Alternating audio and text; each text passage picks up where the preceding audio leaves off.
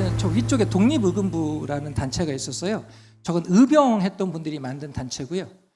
그다음에 풍기강복단하고 민단조합이라는 단체가 있거든요. 네, 요 두 단체도 의병전쟁 계열 분들이고, 저쪽 보시면 이제 조선국권회복단하고 달성친목회, 저 두 단체가 이제 대구에서 조직된 계몽운동 계열의 단체고요. 그다음에 이제 서북 지역 조직도 참여를 하는데, 위에 쪽은 이제 의병 계열이고요. 물론 요 단체 외에도 참여하신 분들이 상당히 많은데, 특징은 뭐냐면 저 의병전쟁 계열하고 계몽운동 계열이 연합을 했다라는 겁니다. 통합의 단체라는 아주 중요한 의미를. 이건 뭐죠, 선생님? 네네네. 그래서 만들어진 단체인데, 본부는요, 요 의병전쟁 계열하고 계몽운동 계열이 연합할 수 있었던 이유 중에 하나는 총사령 박상진 의사가 의병전쟁 성격도 갖고 있고요, 계몽운동적 성격을 갖고 있었기 때문에 가능했었는데, 그다음에 본부에는 총사령 박상진 의사가 계시고요, 그다음에 지휘장을 해서 우재룡, 권영만 이런 분들이 있고, 재무부장이 있고, 본부 조직이 있고요. 그다음에 이제 전국적으로 조직을 확대해 나가기 시작을 합니다. 이게 크게 보면 이렇게 보실 수 있는데요. 저쪽에 보시면 이제 본부 조직이 있습니다. 저 본부는 이제 그 총사령관이 박상진 의사이기 때문에 경주가 이제 본대기거든요. 그래서 본부는 경주 쪽에 있었고, 그 다음에 이제 실질적인 본부 역할은 대구에 있었던 상덕태 상해라는 상해가 있었습니다. 여기가 이제 본부 기능을 담당을 했고요. 크게 보면 활동은 국내에다가 활동 거점들을 설치하는 겁니다. 그 다음에 전국에 지부를 만들고, 그 다음에 만주에 독립운동 기지를 건설하는 일들을 했는데, 그러다 보니까 이 광복회는 국내 비밀단체인데도 불구하고 군대식 조직 체계를 갖추게 됩니다. 그래서 보시게 되지만 총사령이란 말을 쓰고요, 부사령이란 말을 씁니다. 그러니까 이 지휘 체계를 보게 되면 총 책임은 이제 박상진 의사가 만든 거고, 그다음에 본부 조직이 있고요, 그다음에 이제 각도 지부들이 활동을 하게 됩니다. 네. 광복회는 이제 독립 전쟁을 목적으로 했기 때문에 투쟁 강령도 무력 준비, 무관 양성, 군인 양성, 무기 구입, 기관 설치, 그다음에 행영부 무력전. 그러니까 제가 아주 쉽게 한번 설명을 드려보겠습니다. 광복회는 국내에서 자금하고 회원을 모집을 해서 만주로 보내는 겁니다. 그래서 만주에서 독립군을 양성을 해서, 독립군이 양성이 되면 국내로 진격해서 일제하고 전쟁을 벌인다라는 계획으로 만들어진 단체입니다. 그렇기 때문에 가장 먼저 했던 게 바로 만주에다가 독립군을 양성할 수 있는 기지를 만드는 일을 먼저 했습니다. 그래서 제일 광복회가 1915년 7월 10일, 음력 7월 15일에 만들어지는데요, 제일 먼저 설치한 것이 만주본부입니다. 저는 이제 길림 광복회라고 하는데, 이게 1915년 12월에 조직을 합니다.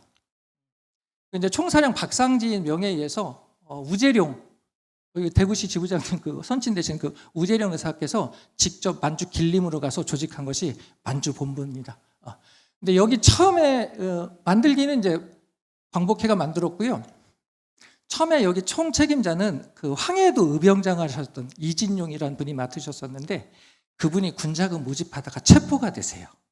그래서 후임으로 가는 분이 누구냐면, 많이들 들어보셨을 건데 김좌진이 갑니다. 제가 존칭은 생략하겠습니다. 그래서 사실 저도 학교에서 아이들 대학에서 강의를 하다 보면 김좌진은 대부분 알아요, 학생들이. 너무나 유명하니까. 근데 그 김좌진이 광복해서 파견했다는 걸 모르는 학생들은 정말 많습니다. 근데 사실은 광복해서 파견해서 만주로 가게 된 거고요. 그러다 보니까 만주에서 활동하다가 청살 이례첩을 하는 겁니다.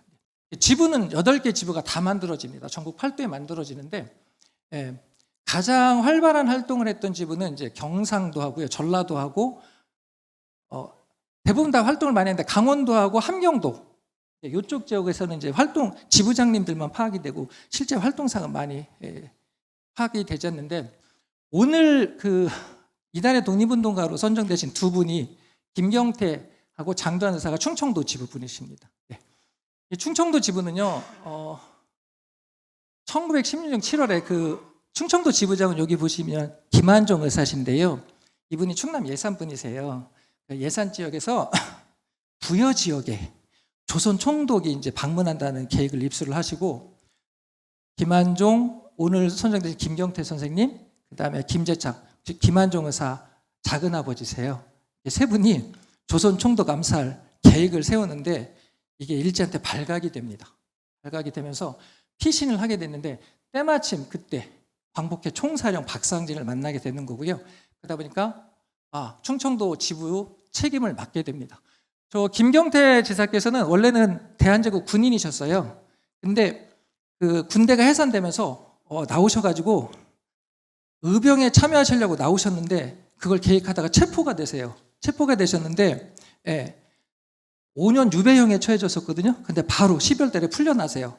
그래서 충청도 가면 이제 충남 예산, 청양, 홍성 이쪽에 의병들이 되게 많이 활동을 했었는데 그 홍지의병 참여하셨던 분들하고 의병 활동을 하시다가 김한종 의사랑 같이 조선총독 모의를 하게 됐고요. 그다음에 김한종 의사가 충청도 지부를 조직을 하니까 충청도 지부에 참여하신 거고, 장두환 의사는 천안 분이세요. 천안 분이신데 김한종 의사가 충청도 지부의 책임을 맡고요. 제일 먼저 장두환 의사를 충청도 지부에 참여시키세요. 이분들이 어느 정도 친분이 있는지 정확하게 밝혀지진 않았는데, 그래서 장두환 의사를 충청도 지부에 가입시키고 장두환 의사를 중심으로 해서 천안 아산 쪽 광복회원들이 모집이 되고요. 김한종 의사를 중심으로 해서 저쪽 충남의 서쪽 지역 홍성, 예산, 청양 이쪽. 그래서 충청도 지부를 조직하는데 장두환 의사가 가장 크게 기여했다, 이렇게 보시면 되겠습니다. 제가 5분 정도 더 해도 되죠? 네, 죄송합니다. 네. 이제 그 지부들이 조직이 된 다음 이제 거점들이 만들어지기 시작을 하는데요. 광복회는 독특합니다. 국내에도 활동 거점을 만들고 국외에도 활동을 거점을 만드는데, 국내는요 주로 미국상이나 상점, 그다음에 잡화점, 여관 이런 것들로 활동 거점들을 만들어요. 왜 그러냐면 이게 비밀 조직이다 보니까 군자금을 모집을 한다든지 무기를 교환한다든지 이런 거에 개인 주택을 하면 금방 발각되기 때문에 위장 상점들로 이제 활동 거점들을 만드는데, 물론 국외에도 상당히 만들어지고요. 총 이런 활동 거점들의 기본이 됐던 것은 대구에 있었던 상덕태상회를 중심으로 해서 움직인다라고 보시면 되고, 오늘 7월에 독립운동가로 선정되신 박재선 의사께서는 영주의 대동상점을 조직하신 분입니다. 저기 대동상점이 1915년 8월에 만들어지는 거고요. 아까 영상에서는 박재선 의사 혼자 만드신 것처럼 이렇게 영상이 나는데 그건 아니고, 그 영주하고 풍기에 있었던 독립운동가들이세요. 박재성, 정응봉, 권영목, 이교도, 김노경, 유명수, 조재하 이런 분들이 이제 같이 만든 조직인데, 저 대동상점이 참 독특한데요. 이 박재선 의사 잠깐 보시면 경북 풍기 분이시고요. 한성사범학교를 졸업하셨고요. 그다음에 한성사범학교 부속 보통학교 훈도도 하셨고요. 그다음에 영천공립보통학교 훈도라 그러면 선생님, 지금 초등학교 선생님, 풍기 공립보통학교 훈도를 하시다가 대동상점을 조직을 하신 거예요. 이게 이제 이 대동상점이 주로 뭐를 했냐면, 광복회 최대 활동 거점이고요. 광복회가 국에다 독립운동기지를 건설하려고 추진한다고 그랬잖아요. 그래서 이분들이 실제로 독립군 양성을 해서 만주 이주를 추진하셨던 분들이고, 그 다음에 아까 딜링 광복회 만주 본부 만들 때 실제로 7만 원의 자금을 제공하기도 하세요. 그러니까 이 당시 이게 이제 일제 기록에 7만 원이라고 되어 있는데, 이게 정확한 금액인지 모르겠죠. 7만 원이라고 한다면 하여튼 상당히 큰 금액인데, 그걸 저 대동상점에서 지원을 해서 딜링 광복회를 조직한 데 아주 크게 유용하게 사용이 됩니다. 다음 보겠습니다. 광복회가 가장 중점적으로 추진했던 사업이 두 개가 있는데요. 하나가 지부 설치고요. 그다음에 자금 모집이에요. 왜 그러냐면 만주에다가 독립군을 양성하려면 엄청난 돈이 들어가기 때문에. 그런데 처음에는 광복회원들이 본인들의 재산을 기부를 해요. 장두환 의사도 당신의 재산을 기부했었고요. 근데 독립군을 양성하기에 너무 턱없이 부족한 거예요. 그래서 주로 광복회는 일제 세금을 탈취하는 그런 활동을 벌이세요. 그래서 경주 우편마사 습격 사건이라고 1915년 12월에 지휘장으로 계셨던 우재룡 권영만 선생님이 했고요. 그다음에 운상금강 현금 수송마차도 공격을 합니다. 일제 자금을 탈취하는 거고요. 그다음에 일본인 소의 광산도 공격을 합니다. 그리고 부호들한테 이제 자금도 대구 권총 사건이라고 해서 아주 유명한 사건이고요. 다음 보겠습니다. 그다음에 위패 제조도 합니다. 지금은 하면 안 되지만 독립자금으로 쓰기 위해서 중국 돈을 가짜로 찍고요. 이거를 진짜 돈으로 바꿔서 자금으로 쓰는 그런 계획을 하는데, 그 위패 제조를 했던 분이 바로 김자진입니다. 그래서 저거 하시다가 들켜요. 들켜서 일제 추격을 받는데, 때마침 운상금강 습격했던 만주 사령관인 이신용 선생이 공석이 된 거예요. 그러다 보니까 광복회는 김자진을 만주로 파견을 하게 되는 겁니다. 그다음에 정말 열심히 했던 게 뭐냐, 바로 의연금 모집입니다. 의연금 모집인데 광복회원들은요 되게 순수하셨던 것 같아요. 본인들은 자금도 내고 목숨도 바쳐서 조계 독립을 내서 투쟁을 하는데 전국의 부자들한테 독립자금만 조금만 보태달라고 하면 다 보태줄 줄 알았던 것 같아요. 그래서 의연금을 모집을 하는데 각도 지부에서 돈 많은 부호들이 이제 조사를 합니다. 그 부호들한테 통보문을 발송을 해요. 우리가 이런 독립운동을 하는데 이런 자금 조금 지원해주면 안 되겠느냐, 우리가 며칠 날 가겠다, 통보문을 보내고요. 그리고 가서 의연금을 수령을 하는 거예요. 예. 그래서 통보문은 여러 개가 발송이 되는데 포고문이라는 게 있습니다. 아까 저기 시인 선생님께서 포고문 낭독하지 않으셨습니까? 그게 실제로 그 광복회에서 발송해서 통고문 중에서 가장 대표적인 게 포고문입니다. 통고문은 여러 가지가 있는데요. 본부에서 보낸 건 포고문이고요. 각 지부에서도 만들어서 보내요. 그건 이제 경고문, 고시문 이렇게 얘기를 하는데 포고문은 이제 전국의 대자산가, 돈이 좀 많으신 분들한테 보냈던 건데 2번 보냅니다. 그래서 경상도 지부에서는 지부장 최기중이라는 분이 명단을 조사를 하고요. 충청도, 강원도는 지부장 김한종 의사하고 장두환 의사가 조사를 해요. 명단 조사를 하는 거고, 이 명단을 본부에 보내면 이 본부에서 포고문을 작성을 해서 전국의 자산가들한테 보내는 그런 일을 했었는데, 요 선생님 이제 장두환 의사십니다. 충청도 지부 조직을 하셨다. 다음 보겠습니다. 그 다음에 이제 경고문하고 고시문인데요. 저거는 이제 지부에서 보냈던 거예요. 자, 선생님들 하나만 기억해 보겠습니다. 포고문은 본부에서 대장가상들한테 보낸 거고, 저 경고문, 고시문, 황해도 지부는 배일파라고 해서 보내고요. 각 지부마다 따로따로 보내는데 경고문은 경상도 지부에서 보냈던 거고요. 충청도 지부에서 고시문이라고 별도를 작성을 합니다. 요 고시문은 이제 충청도 지역에서 한 120여 통 정도 작성이 되는데, 저 고시문은 신채호 선생님이 작성을 하셨다라고 알려져 있고요. 그리고 이제 임봉주사가 만주에서 갖고 오셨고, 그 다음에 김한정 충청도 지부장에서 한 200여 장 인쇄를 하시고, 그 다음에 장두환 의사가 발송을 하는 책임을 맡았던, 이렇게 보내게 됩니다. 그리고 이제 오늘 주제가 의열투쟁인데요. 광복회원들은 이렇게 의연금을 통고문을 보내고 의연금을 받으러 가면 많이들 주실 줄 알았던 것 같아요. 근데 제가 정확한 통계는 안 내봤는데 포고문, 고시문, 경고문 이 회수율이 일본 헌병들한테 회수율이 80%가 넘어갑니다. 100통이 날아갔으면 80통이 회수가 됩니다. 그러니까 다 일제경찰에 신고를 한 거예요. 그 의연금 받으러 갈 때 날짜가 적혀 있고요. 통고문 끝에 이렇게 잘라서 실제로 광복회원인지 그 통고문을 보낸 사람에게 맞춰보는 일도 해요. 이해되셨죠? 그러니까 통고문을 잘라서 보내고 그걸 받으러 가는 광복회원들에게 맞춰보는 거예요. 근데 맞춰보기도 전에 대부분 신고가 되면서 의원금들이 모이지 않았어요. 그래서 광복회는 그런 생각을 하셨던 거죠. 광복회원들은 우리는 목숨도 바치고 그다음에 재산도 헌납하고 이렇게 활동을 하는데 지금 1915년이면요, 선생님들 나라 뺏긴 지 5년밖에 안 된 거잖아요. 그런데도 이렇게 일제에 협력하는 사람들이 너무 많구나. 그래서 우리가 의연금을 모집하는 것도 중요하지만 만주에다 독립군을 양성하는 것도 중요하지만 민족 정기를 회복하는 일도 중요하다라고 생각을 해서 의연금 모집을 하시면서 이제 의열투쟁도 같이 전개를 하시는데 전국에 이제 친일 인물들을 조사를 하게 되고요. 그래서 경상도 지부에서는 칠곡부 장승원을 처단을 하게 되고 충청도 지부에서는 친일 도고면장이 있습니다. 박용화라고 이렇게 처단을 하게 되는데 이 의열투쟁을 칠곡부 처단에서는 최기중, 강순필, 임봉주, 유창순 의사가 참여를 하시는 거고요. 그다음에 충청도 지부에서는 장두환, 김경태, 임봉주 의사가 참여를 하시는 거죠. 그러니까 광복회는 아까 행영부를 둔다고 하지 않았습니까? 친일파들을 처단하는 그 부서가 있었는데 김경태, 임봉주 의사가 이제 그쪽에서 활동하셨던 거죠.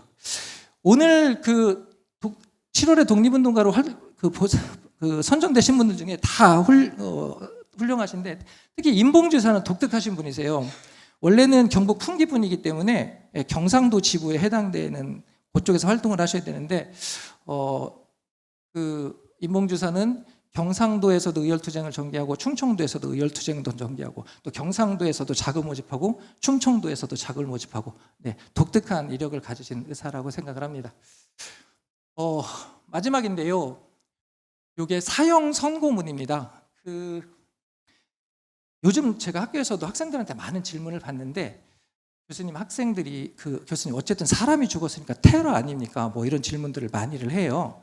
근데 사실 우리 광복회에서 처단 대상으로 삼은 인물들도 사실은 한국 사람이죠. 그러면서 이게 테러 아니냐 이렇게 주장하는 사람들도 꽤 있는데, 그런 건 아니고, 그래서 광복회는 그런 거를 미연에 방지하기 위해서 의열투쟁을 전개한 다음에 반드시 사형 선고문을 남겼습니다.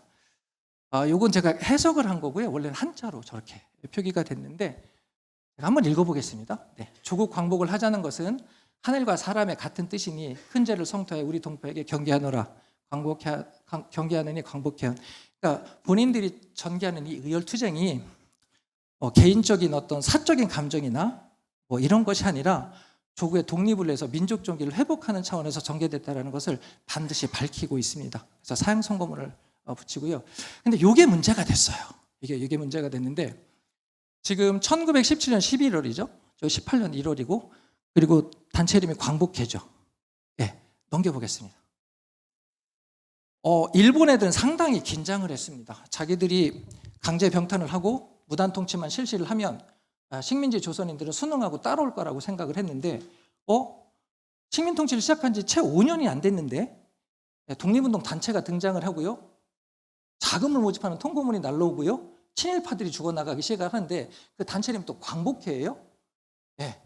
그래서 안 되겠다 싶은 거죠. 그래서 일제 경찰들이 1917년 9월, 10월 넘어가기 시작을 하면 일제 전국의 경찰들이 다 광복회원 추적에 나서기 시작을 합니다. 그런데 제가 아까 말씀드린 것처럼 광복회 통고문들이 갔잖아요. 이 통고문이 가장 많이 발견된 게 충청도예요. 제가 충청도라 그런 건 아니고 실제로 충청도가 제일 많이 날아가요. 일제 경찰들도 머리가 있는 거예요. 통고문이 계속 신고가 되는데 충청도 집에서 제일 많이 신고가 되거든요. 이렇게 봤더니 주소가 정확해요. 그러니까 자산가한테 통고문이 날라왔을 거 아니겠습니까? 그 주소가 정확해요. 그리고 독특한 게 있는데, 모금 액수가 자산 정도에 비례해요. 그래서 지금 이해하신 거죠? 저한테 통고문이 날라왔는데 제 주소가 똑같아요. 동호수까지. 이거는 그 지역에 광복회에는 있어야만 가능한 일이다. 그럼 저는 대전 살아요? 대구의 부자 누군지 모르잖아요. 그 사람 주소도 알 수도 없고. 근데 주소가 정확하고 자산 정도가 비례하다라는 거는 이건 그 지역에 광복회는 있어야만 가능하다. 그래서 고시문이 가장 많이 날라온 충청도에 집중하기 시작했고요. 특히 오늘 7월의 독립운동가로 선정받은 장두환 의사세요. 천안 분이신데요. 이분은 집을 일제 경찰들이 이제 주목을 하기 시작했는데, 이분은 집을 나가면 기본적으로 20일, 10일 안 들어오는 거예요. 그래서 이상하다라고 생각을 했었죠. 그래서 일제 경찰들이 다 장두환 의사 집을 예의주시하고 있는데, 앞으로 다시 한번 가보겠습니다. 저 박영화 처단하는 날 장두환 의사 참여했잖아요. 저 박영화 처단하는 날 장두환 의사가 댁에 없었어요. 당연히 저 처단하는데 갔었기 때문에 그런 거죠. 그래서 일제 경찰이 넘어가겠습니다. 그래서 일제 경찰이 광복회원이다. 그래서 넘겨주세요. 장두환 의사 집을 급습을 합니다. 그래서 거기에서 고시문, 그다음에 광복회원 명단 이런 것들이 많이 발견이 됐어요. 그래서 이거를 근거로 해서 광복회원들을 체포하기 시작을 합니다. 그래서 제일 먼저 체포되신 분들이 충청도 지부원들이세요. 그래서 김한종, 잔도안 이런 분들이 체포되시고요. 그다음에 2월달, 저 양력입니다, 선생님들. 2월달에 이제 박상진 의사가 체포가 되시고, 그다음에 6월달에 황해도, 평안도 지부원들, 8월달에 최기중, 전라도, 경상도 지부원들까지 거의 다 체포가 되세요. 그래서 이게 독특한데요. 충청도 지부에서 제일 먼저 체포되다 보니까 담당 경찰서도 공주 경찰서가 돼요. 그리고 1심 법원도 공주 지방법원이 되는데, 예심에 해부되신 분들이 40명 정도 되시고요. 그다음에 실제로 지방법원에서 판결을 받으신 분은 32명이시고, 이게 이제 1심, 2심, 3심 계속 올라가거든요. 근데 최종적으로는 박상진, 최기중, 김한종, 임봉주, 김병태 의사가 사형 판결을 받으시고 사형이 집행되셨고, 장두환 의사는 1심에서 사형 판결을 받으셨어요. 공주지방법원에서 사형 판결을 받으셨는데 2심에서 10년형으로 감형이 되셨는데, 안타깝게도 옥중에서 순국을 하십니다. 이거는 저는 그냥 들은 얘기예요. 저는 들은 얘기인데, 그 장도환 의사 후손분 계세요. 장기년 선생님이라고 제가 석사과정 다닐 때 인터뷰를 했었는데 이렇게 젊으신 분이 왜 돌아가셨느냐 이렇게 여쭤봤더니 본인도 그 가족한테 들은 얘기라고 하시면서 마포형무소로 이제 시신을 수습하러 가셨는데 머리에 대못이 박혀 있었다고 이렇게 말씀을 하시더라고요. 이건 저도 후손 선생님한테 들은 얘기예요. 네네. 어쨌든 되게 건강하셨던 분이고 직업도 한의사였던 걸로 제가 기억을 합니다. 네. 그리고 박재선 선생님은 이제 징역 8월을 받으셨습니다. 넘겨보겠습니다.